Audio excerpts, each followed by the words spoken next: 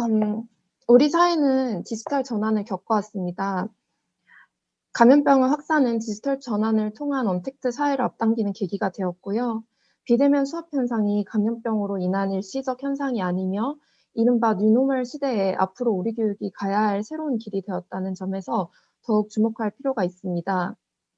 학교 현장에서는 온라인 개학이 실시되었습니다. 고등학교 3학년과 중학교 3학년을 필두로 원격 교육을 통한 수업 진행이 이루어졌습니다.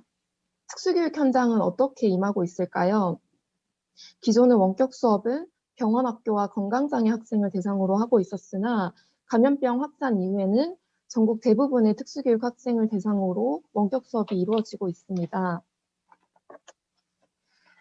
특수교육 현장의 모습을 조금 더 포커스를 맞춰보겠습니다. 특수교육 기관이라는 물리적인 장소에서 교육 활동이 이루어졌기 때문에 감염병으로 인해 학습의 장소가 온라인으로 전환되면서 예측할 수 없던 문제들이 발생하였습니다.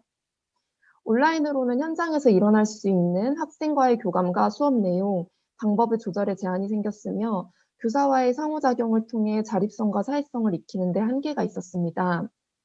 또한 특수교육 현장뿐만 아니라 가정 내 학습 환경에서도 많은 어려움을 가지고 있는 것으로 드러났습니다. 아동 양육과 돌봄의 책임이 가족에 집중되면서 가족 환경이 아동의 교육적 성취, 신체적 건강, 우울 및 불안의 감소 등 발달 영역에 전적으로 영향을 미쳤다는 보고가 있었습니다. 가정 내 학습 환경에서는 또한 장애의 정도가 심한 학생이 보다 많이 재학하고 있는 특수학교의 원격 수업은 일반 학교나 특수학급의 원격 수업과는 매우 다른 양상을 보인다는 보고 또한 있었습니다. 중도 중복 장애 학생의 경우 가정에서 비치하기 어려운 고가의 보조기기가 필요한 경우와 더불어 원격 수업을 듣는 과정에서 기기나 자료를 스스로 조작하는데 어려움을 갖는 양상으로 보여졌습니다. 또한 침대 생활을 하는 중도 중복 장애 학생의 경우 원격 수업의 참여 형태가 누운 자세로 천장에 비춘 화면을 시청해야 하는 정도로 비춰졌다는 보고가 있었습니다. 이런 상황에서 가정 내에서는 어떠한 어려움을 겪었을까요?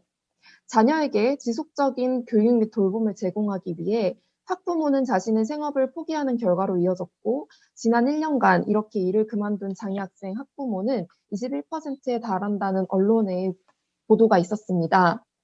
또한 교육 전문성 측면에서 학교에서 전문적, 개별적으로 이루어지던 교육이 가정으로 이양되었고, 이로 인해 지체 중복장애 학생의 특성을 고려한 교육을 지속하는데 교사뿐만 아니라 학생과 학부모가 겪는 어려움이 심화되었습니다. 이로 인해 현재 원격 수업은 효과적인 교육 활동이라기보다는 기존의 오프라인 수업을 온라인으로 전환한 불완전한 수업 형태에 불과하다는 회의적인 의견이 나타나고 있으며 학생의 가정 환경과 학습 역량에 따라 학습 격차가 증가할 우려가 있다는 보고가 이어졌습니다. 중도 중독 장애 학생의 경우 경도 장애 학생보다 기능 및 활동에 많은 어려움을 지니고 있습니다. 일반적으로 인지적 및 신체적인 어려움을 동시에 가지고 있으므로 단일 장애를 가진 특수교육 대상자와는 또 다른 접근이 필요합니다. 총 특수교육 대상 학생 중 30%에 달하는 22,455명이 중도 중복 장애 학생인 것으로 드러났으며 장애 유형이 중복화되고 장애 정도가 심각화되었다는 보고가 2013년에 있었습니다. 교사가 인식하는 중도 중복 장애 항목 중 중도 장애로 생각되는 학생의 장애 유형 중 지체 장애가 49.4%로 가장 큰 비중을 차지한다는 부분 역시 눈여겨볼 필요가 있습니다. 이에 따라서 원격 수업과 관련한 선행 연구를 분석하였습니다. 지체 중복 장애 학생의 원격 수업과 관련한 연구 데이터는 국내외로 부족한 실정입니다. 이와 관련한 내용은 원고에서 좀 더 자세히 살펴봐 주시기 바랍니다. 또한 지체 중복 장애 학생 그리고 학부모를 대상으로 한 선행 연구 역시 거의 없어 추후 연구가 이루어질 필요가 있습니다. 또한 교사 대상의 연구보다는 학부모 대상의 연구가 부족할 실정으로 드러나고 있습니다. 이에 따라 지체 중복 장애 학생 그리고 온라인 교육과 관련한 검색어에 해당하는 연구는 거의 전무한 실정이었음을 다시 한번 말씀드립니다. 연구를 구체적으로 계획하고 실행하기에 앞서 저는 조아리의 창을 떠올렸습니다. 모두 아시다시피 조아리의 창은 자기 자신과 타자가 서로 아는 부분과 모르는 부분을 네 가지 영역으로 분류하여 대인관계를 이해하고자 한 틀입니다. 그리고 이 조아리의 창에서는 자신도 알고 타인도 아는 빨간색 네모 부분인 열린 창의 영역이 넓어질수록 건강한 관계가 지속될 수 있다고 보고 있습니다. 원격 수업이 전면 실시되면서 교사는 교사 나름대로의 고충을 호소하고 있고 가정에서는 학부모들이 어려움을 호소하고 있는 상황입니다. 교사와 학부모의 보다 건강한 협력을 위해서는 각자의 상황을 진실하게 마주하고 이에 근거하여 서로를 이해하는 것이 필요하다고 생각했습니다. 따라서 저는 이 연구를 통해서 미약하게나마 교사가 미처 몰랐던 학부모 그리고 가정의 어려움을 이해하고 또 학부모에게는 교사의 입장에서 교사의 포부와 다짐을 전달할 수 있는 기회가 되기를 바랐습니다. 이를 통해 열린 창의 영역을 넓혀 보다 건강한 협력의 밑거름이 되길 바라면서 저는 다음과 같이 연구를 시작하였습니다. 우선 연구 참여자를 선정하는 기준은 다음과 같습니다. 서울, 경기, 인천 소재의 특수학교, 중등부, 고등부에 재학 중인 지체 중복 장애를 두고 있으며 2020년 한 해 동안 최소 3개월 이상 원격 수업 실행일간 주 양육자로 가정에서 원격 수업을 지원한 경험이 있으며 연구 참여에 동의한 학부모 총 6명을 대상으로 질적 연구를 실시하였습니다. 연구 방법, 연구 기간과 장소는 다음과 같습니다. 자료 수집 방법 및 절차는 다음과 같습니다. 두 번째, 면담 가이드라인에 대한 현장 적합성 검토 부분에서는 중도 중복 장애 학생을 가르친 경험이 있는 교사와 학부모를 대상으로 실시하였습니다. 이를 통해 돌봄 교실 이용 여부와 활동 지원사 서비스 이용 여부에 대한 문항을 추가하였습니다. 그리고 3번 파일럿 인터뷰 실시 및 면담 가이드라인 수정 부분에서는 형제 자매 관계와 맞벌이 여부를 묻는 문항을 추가하였습니다. 이렇게 해서 최종적으로 수립된 면담 가이드라인은 다음과 같습니다.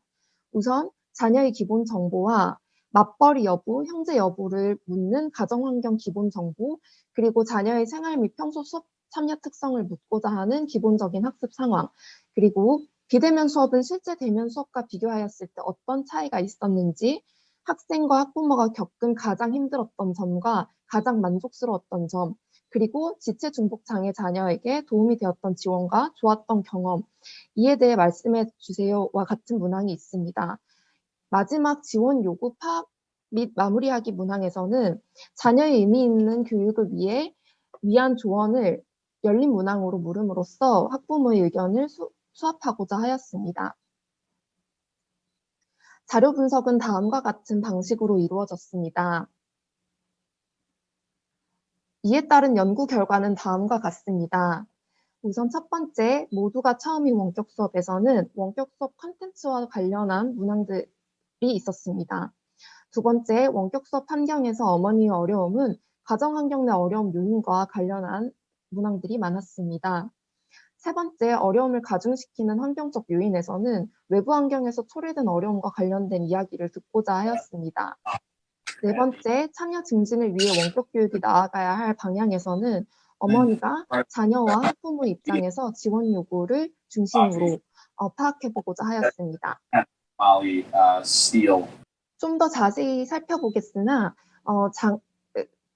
좀 더 자세히 살펴보겠습니다. 상호작용의 제한 부분에서는 온라인 수업에서 소외될 수밖에 없는 비국어 지체 중복 장애 학생의 어려움, 교사의 얼굴과 목소리가 생략된 수업에서 느끼는 단절감, 일방향적인 의사소통, 그리고 혼자서 하는 수업이라는 상호작용적인 측면에서 이야기가 나왔습니다. 두 번째, 충분하지 않은 원격 수업 콘텐츠에서는 부족한 수업 시간이 대체로 많이 언급되었으며 수업 내용이 단편적이었다. 그리고 영상 시청 등으로 대체되는 출결 방식이 조금 유의미한 교육으로 이어지기 어려웠다라는 진술이 이루어졌습니다. 교재 부재 및 유의미한 학습 진도 체감 어려움에서는 인지 방편적인 수업 운영, 그리고 학생의 개별 특성과 개별화 교육 목표가 수업 시간에 잘 반영되지 않았다는 이야기가 있었습니다. 보조공학기기의 실효성 부재는 다음과 같습니다. 도움이 되는 기기의 부재, 그리고 도움이 되지 않는 기기에 관련되어 있습니다. 모두가 처음인 원격 수업 부분은 다음과 같습니다. 여기서 어머니들이 언급해 주신 면담 자료들을 일부 발췌해 왔습니다. 함께 공유해 보도록 하겠습니다. 우선 이 부분에서는 비구어 지체 중복 장애 학생들이 겪는 어려움이 서술되어 있습니다. 말을 못해도 일일이 1대1로 질문을 해서 대답을 들을 수 있게끔 해줬어야 됐는데 그냥 거의 말하는 애들 위주로 갔다는 어머니의 진술이 있었습니다. 어머니는 어쩔 수 없이 지체 중복 장애 학생을 학습 비대면 수업을 도와줄 수밖에 없는 상황이라서 자신이 자녀 대신에 대답할 수 있는 기회가 있었더라면 자녀도 간접적으로 즐거움을 느낄 수 있을 텐데 하는 아쉬움을 표현하였습니다. 그리고 영상이 제공되는 형태에 있어서도 부연 설명이나 아이들과 이야기가 하나라도 더 있었어야 되는데 영상만 업로드되는 형태가 아쉬웠다는 지적이 있었습니다.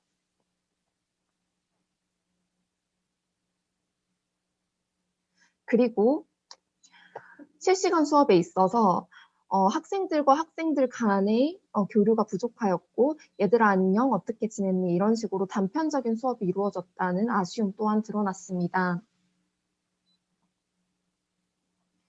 이 부분은 보조공학과 관련한 부분입니다. 어머니께서는 보조공학 기기 지원 없이 아이가 자녀가 침대에 누워있는 상황에서 기기를 들어줘야 하는 상황인데 이 일을 도와줄 수 있는 적합한 지원이 없었다는 지적이 있었습니다. 따라서 처음에 좌절 모드가 일찍 앞당겨졌고 이로 인해 소중한 1학기 시간이 낭비할 수밖에 없었다는 이야기가 이루어졌는데요. 1학기를 소화하다 보면은 아들도 어느 정도 거기에 적응이 되어서 무언가를 하려고 어느 정도 유지하지 않았을까라는 안타까움을 비치셨습니다. 또한 비장애 형제 자녀가 있는 경우 컴퓨터가 한 대만 있거나 또는 제공되는 보조공학의 기기 사양이 낮아서 실질적인 도움이 되지 않았다는 지적 또한 있었습니다. 다음 원격 수업을 지원하는 학부모의 어려움과 관련한 것입니다. 우선 교육, 양육, 보육을 역할을 100% 전담하면서 신변 처리에 어려움이 있었고 부모의 지원이 있어야만 가능한 교육이 이루어졌다는 것입니다. 또한 부모가 대신해주는 출결과 학습 꾸러미가 갖는 교육적 실효성에 대한 의문이 제시되었습니다. 자녀의 옹호자로서의 부담이 가중되면서 심리적인 피로감과 교육에 대한 불만족이 증가하였다는 보고가 이루어졌습니다. 지적장애를 동반한 1급 뇌병변 장애라서 자녀가 혼자서 할 수 있는 것은 아무것도 없다며 어머니께서는 교육과 양육은 다르기 때문에 교육은 교육자가 해줘야 어떤 아이가 재미를 붙이고 공부를 하는지 알지만 엄마는 그런 전문가가 없다는 아쉬움을 표현하였습니다. 또한 자신이 이미 참여한 설문조사에서 그런 결과가 반영되지 않았다는 아쉬움 또한 발견할 수 있었습니다. 그 문조차도 열리지 않았고 혼자 해봐야 아무런 소용이 없다고 느낀 어머니의 좌절감이 드러나 있습니다. 외부 환경적인 요인에서 어려움을 가중시키는 요인들을 찾아보고자 하였습니다. 첫 번째, 비장애 자녀 교육과 양육을 지원하면서 생기는 어려움, 온 가족의 비대면 업무와 교육이 가정 내에서 이루어지면서 생기는 어려움, 그리고 활동 지원 서비스 활용의 어려움을 찾아볼 수 있었고요. 외부 활동이 제한되는 데서 오는 일과 불균형과 새로운 문제 행동 발생과 관련한 어려운 요인을 파악할 수 있었습니다. 비장애 형제가 있는데 이 비장애 형제를 서포트하면서 그 장애를 가진 자녀는 약간의 어떤 교육적으로 적극적인 참여를 하는데 어려움을 겪었고 그로 인해 오전 시간은 그냥 잠을 자는 결과로 이루어졌다는 안타까운 보고가 있었습니다. 또한 활동 지원자 선생님들에 관한 이야기는 공통적으로 찾을 수가 있었는데요. 그 현장에서 선생님들께서 활동 지원자 선생님이 계시기 때문에 많은 부분 교육적 지원이 있을 거라는 믿음과는 달리 그 활동 지원자 선생님의 본연적인 의미와 그리고 교육적 전문성의 부재로 인해서 학교에서 할 수 있을 것만큼 교육적 전문성을 가지고 있지는 않다. 그리고 학교만한 곳은 없다는 생각이 든다는 보고가 있었습니다.